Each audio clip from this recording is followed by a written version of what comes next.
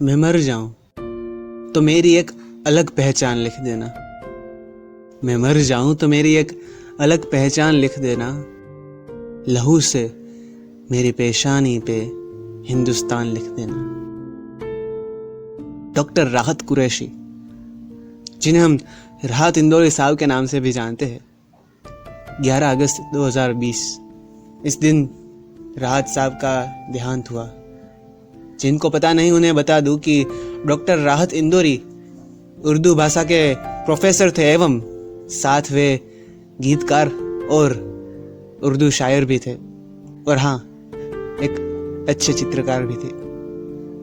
तो आज उनके लिखे कुछ आपके और मेरे पसंदीदा शेर यहाँ पेश कर रहा हूँ, दिल से मुस्कुरा के, उन्हें याद करके, और भगवान से, खुदा से ये प्रार्थना, ये दुआ करते हैं कि राहत साहब जहाँ भी हो बहुत खुश हो।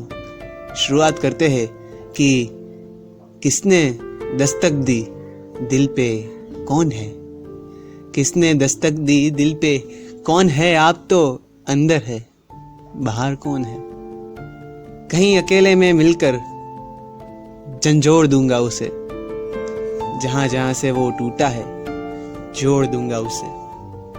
मुझे वो छोड़ गया ये कमाल है उसका, मुझे वो छोड़ गया ये कमाल है उसका, इरादा मैंने किया था कि छोड़ दूंगा उसे। लोग हर मोड़ पे रुक रुक के संभलते क्यों हैं, लोग हर मोड़ पे रुक रुक के संभलते क्यों हैं, इतना डरते हैं तो घर से निकलते क्यों हैं। क्या बात कही है कि अगर कुछ बड़ा करना है, कुछ अलग करना है, अगर आपको अपने सपने पूरे करने हैं तो आपको अपना कंफर्ट जोन छोड़ना पड़ेगा, क्योंकि जहां आपका कंफर्ट जोन खत्म होता है वहीं से इस दुनिया की शुरुआत होती है। अगला शेर, उसकी याद आई है सांसों जरा आहिस्ता चलो, उसकी याद आई है सांसों जरा आहिस्ता चलो, धड़कने से भी इबादत में खलल पड़ता है। हाँ, धड़कनों से भी इबादत में खलल पड़ता है। क्या कभी आपके साथ ऐसा हुआ है कि किसी का नाम सुन के आपकी धड़कनें बढ़ गई हो या फिर सांसें जैसे दौड़ने लगी हो? मोहब्बत में कौन तुम और कौन मैं, यहाँ तो सिर्फ हम ही से पहचान होती है। अगला शेर राहत साहब लिखते हैं कि हर एक हर्फ का अंदाज बदल रखा है, हर्फ यानी कि अल्फाज जो हम लिखते हैं या फिर बोलते हैं, हर एक हर्फ का अंदाज बदल रखा है, आज से हमने तेरा नाम गजल रखा है। मैंने शाहों की मोहब्बत का भ्रम तोड़ दिया, मैंने शाहों की मोहब्बत का भ्रम तोड़ दिया, मेरे कमरे में भी एक ताजमहल रखा है। यहाँ बात शाहजहां की हो रही है, जिन्होंने ताजमहल बनवाया था मुमताज की याद में। राहत साहब ने बहुत खूब लिखा है कि मैंने शाहों की मोहब्बत का भ्रम तोड़ दिया, मेरे कमरे में भी एक ताजमहल रखा है। अगला शेर राहत साहब लिखते हैं, जो कि मेरा पसंदीदा शेर है, कि जवानियों में जवानी को धूल करते हैं, जवानियों में जवानी को धूल करते हैं, जो लोग भूल नहीं करते भूल करते हैं। अगर अनारकली है सबब बगावत का, सबब यानी कि रीजन, और बगावत यानी कि किसी अपने से ताकतवर इंसान के खिलाफ हो जाना। अगर आप सच्चे हो तो आप खिलाफ हो सकते हो। अगर अनारकली है सबब बगावत का, सलीम हम तेरी शर्तें कबूल करते हैं, सलीम हम तेरी शर्तें कबूल करते हैं। यहाँ बात है जोधा अकबर के बेटे की, सलीम की, जिन्होंने एक नाचने वाली से यानी कि अनारकली से मोहब्बत की थी। यहाँ राहत साहब लिखते हैं कि अगर आपकी मोहब्बत सही है तो आप सही है, आपकी हर शर्तें हमें कबूल है।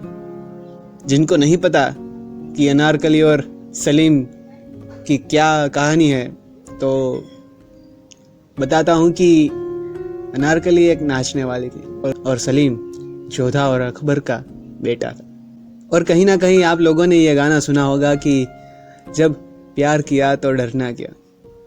ये उसी पिक्चर, उसी मूवी का एक सॉन्ग है, तो ज़रूर से ये मूवी देखिएगा कि अनारकली को जीते जी दीवार में दफना दिया था, क्योंकि उसने सलीम से एक राजा के बेटे से मोहब्बत की थी, एक बादशाह के बेटे से मोहब्बत की थी।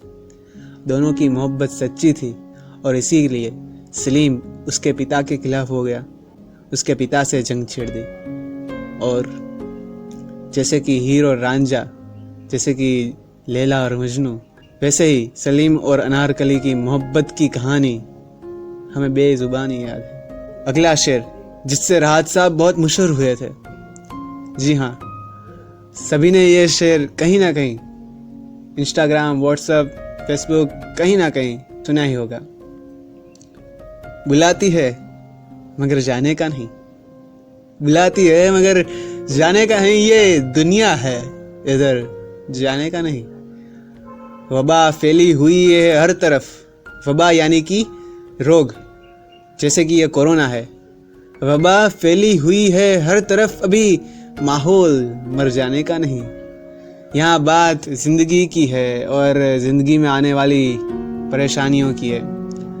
अगर प्रॉब्लम जिंदगी में है या फिर जिंदगी ही प्रॉब्लम में चल रही है, तो उस प्रॉब्लम से डर जाने का नहीं, ये दुनिया है इधर जाने का नहीं। आखिर में वो गर्दन नापता है, नाप ले, खुदा को कह रहे राहत साहब कि वो गर्दन नापता है, नाप ले, मगर जालिम से डर जाने का नहीं।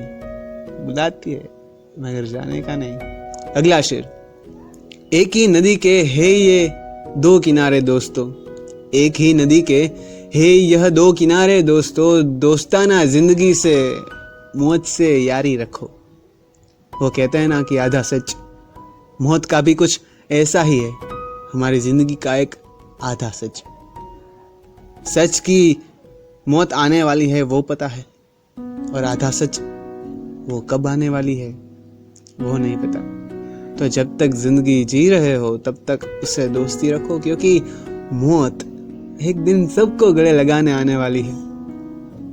और आखिर में आखिर शेर, और राहत साहब को हम दिल से दुआ करते हैं कि जहाँ भी हो खुश हो, और आपके ये जो सारे शेर है, शब्द है, वो हमारे दिल में हमेशा के लिए जिंदा रहेंगे।